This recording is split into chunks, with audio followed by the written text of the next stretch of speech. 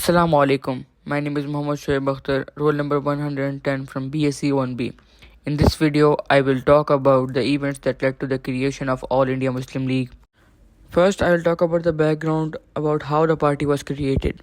On 30th December 1906, at the Muhammadan Educational Conference in Dhaka, all the important Muslim leaders of Indian subcontinent gathered together to discuss the political situation of Muslims in the Indian subcontinent.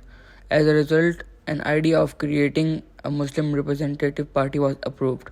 The party was named All India Muslim League, and Sir Aga Khan was made the president of All India Muslim League. The first event that led to the creation of All India Muslim League was Simla deputation.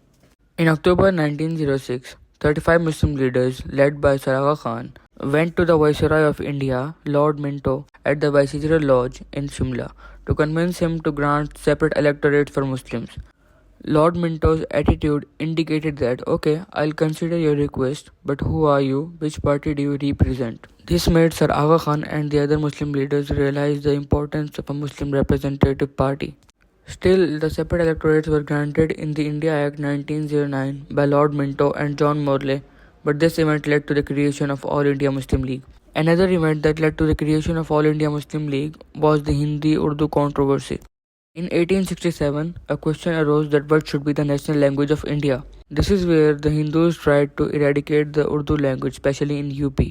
This created chaos and protests all over the Indian subcontinent. Sir Syed Ahmad Khan, an important Muslim scholar, stepped in to protect the Urdu language by his writings, teachings, and educational institutes.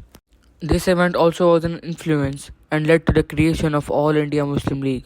Another event that led to the creation of All India Muslim League was the establishment of Indian National Congress.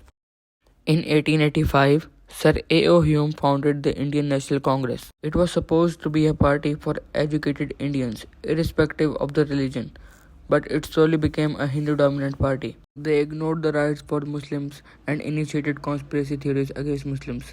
All of this created chaos and hatred between Hindus and Muslims. This increased the demand of Muslim representatives in India and eventually led to the creation of All India Muslim League. Another event that led to the creation of All India Muslim League was the Partition of Bengal.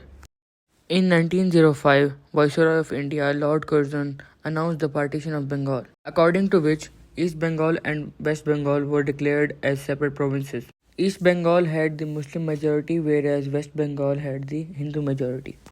This was the first step in the favor of Muslims in the British rule. This is why it was highly appreciated by the Muslims. But it created an outrage by the Hindus, as they were against the concept of divide and rule.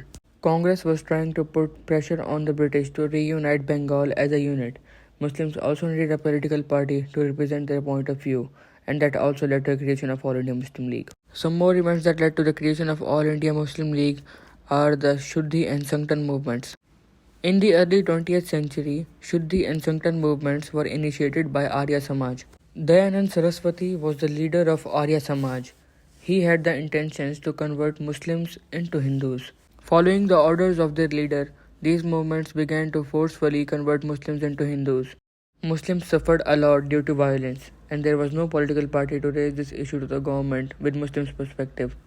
This is where the need of political party representing the Muslims arose, and this surely was an influence towards the creation of All India Muslim League. Another event that led to the creation of All India Muslim League was Minto Morley reforms. In July 1906, John Morley, the Secretary of India, gave his budget speech.